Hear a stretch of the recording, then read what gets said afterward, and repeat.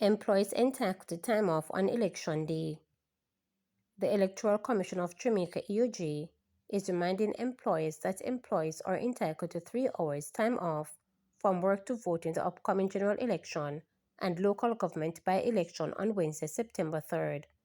The EOJ says the 3 hours time off to vote is in addition to the usual lunch hour. However, the Commission says the law does not apply to individuals who commence work at 10 a.m. or later or end work and or before 2 p.m. This is in accordance with Paragraph 4 of the Representation of the People's Regulation 1944 that states 1. Subject to the provisions of Paragraph 2, every employer should permit each of the employees to be absent from his work on polling day for 3 hours in addition to the normal meal hour. The provisions of Paragraph 1 should not apply to any employee whose work on polling day commences and or before 10 a.m. or concludes before 2 p.m. BITU welcomed JLP's plan to increase minimum wage to $32K over the next few years.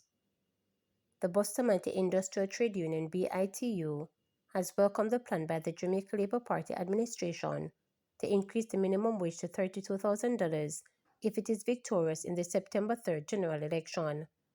Prime Minister Dr. Andrew Holness announced on Sunday that the minimum wage would increase to $18,500 in the first budget, then gradually rise to $32,000 over the next few years. The People's National Party has criticized the move, stating the minimum wage should never be politicized.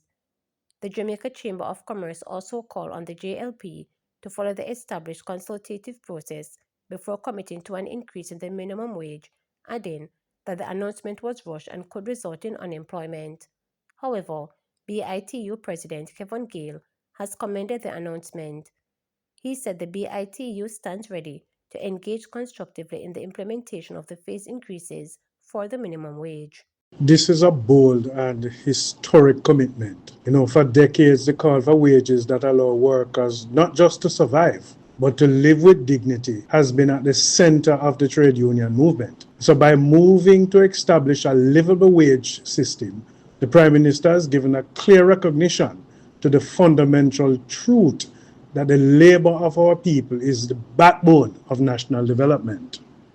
This is the first administration in Jamaica's history to commit to such a system. The BITU applauds this system and sees it as a watershed moment in advancing fairness and justice in the world of work. We stand ready to engage constructively in the design and implementation of the phase increases of the broader framework that will give real meaning to the promise of a livable wage.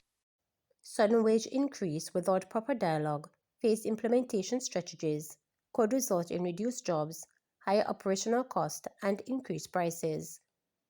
As discussions continue over the financial promises made by the island's two major political parties, one tourist organization is adding its voice to the calls for meaningful consultation before any adjustment.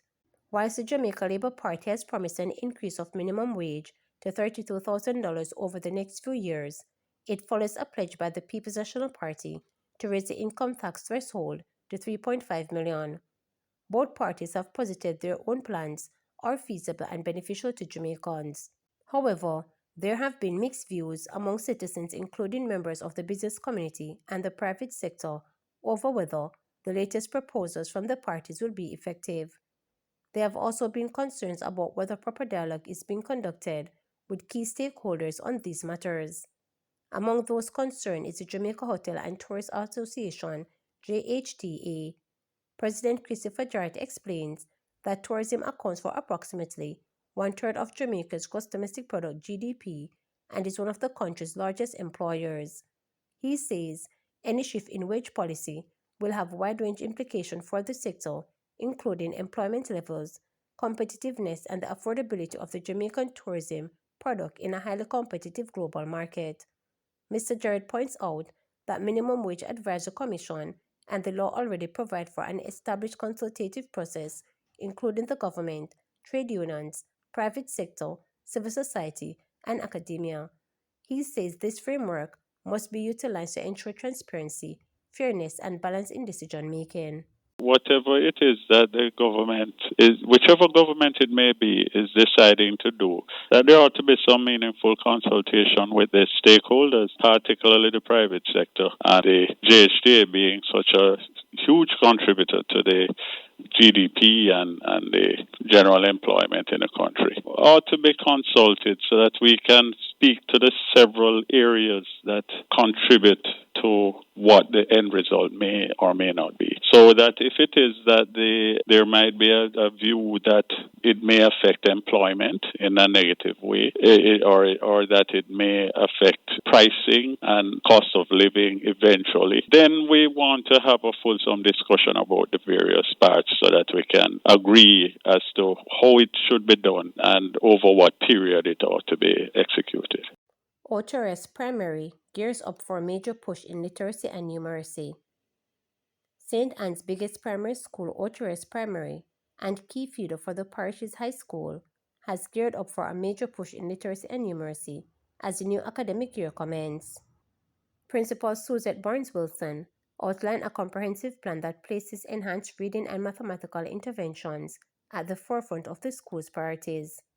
In an interview, she said that the school, with an enrollment of 1,100 students, will continue and expand its existing support structures, aligning with national efforts to bolster fundamental skills across Jamaica's education system. We would have started Math Camp, Pep Camp, Mathematics Intervention, and Language Intervention. So this program will continue this year alongside the ministry thrust to ensuring that every school has a block for reading, Barnes-Wilson noted. She added that teachers in the lower grades have already received training in the targeted areas, and the school is eager to launch the expanded programs. Technology integration will also be featured prominently. The principal noted that smart rooms funded through a partnership with Digicel will be leveraged to deepen instructional delivery, complementing the school's already robust computer lab. We are integrating the technology that we would have received in our teaching and learning instructional section, as well as for the students to be involved as much as possible. In addition to academics, the school is strengthening its breakfast program to reach more than 200 children.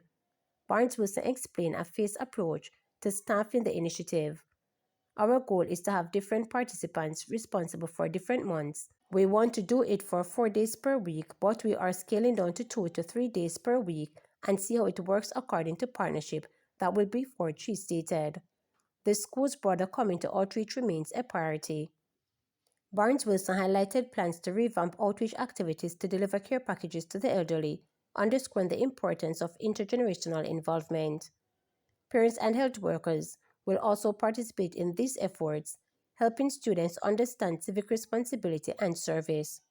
She said that key community partnership is on the horizon with the Justices of the Peace (JPs) Association of St. Anne, which will collaborate with Oteres Primary to launch a mentorship program beginning with grade 5 students, adding that workshops are planned to help parents better grasp curriculum development, with particular emphasis on grade 4 to 6 period and primary exit program preparation. Infrastructure improvement are also part of the preparations for a smooth start. The school recently completed repairs to its perimeter fence, and plans are in place to expand the staff room in a conference facility to accommodate all academic and support staff. Chairman of the school board and St. Anne's Bay Mayor Michael Bill Navis expressed optimism about the upcoming year. There is every indication that Oteres Primary will have another successful start to the new school year, he said, praising teachers, parents, and administrators for their upbeat outlook. He acknowledged that challenges remained but expressed confidence in the school's capacity to overcome them. Meanwhile, parent Sandra Duncan, whose children attended the school, described Oteres Primary as a well-rounded institution. My kids are very excited about the new school year and also to see their friends again after the long summer break, she shared. To subscribe, like, share, and click the notification bell for daily updates.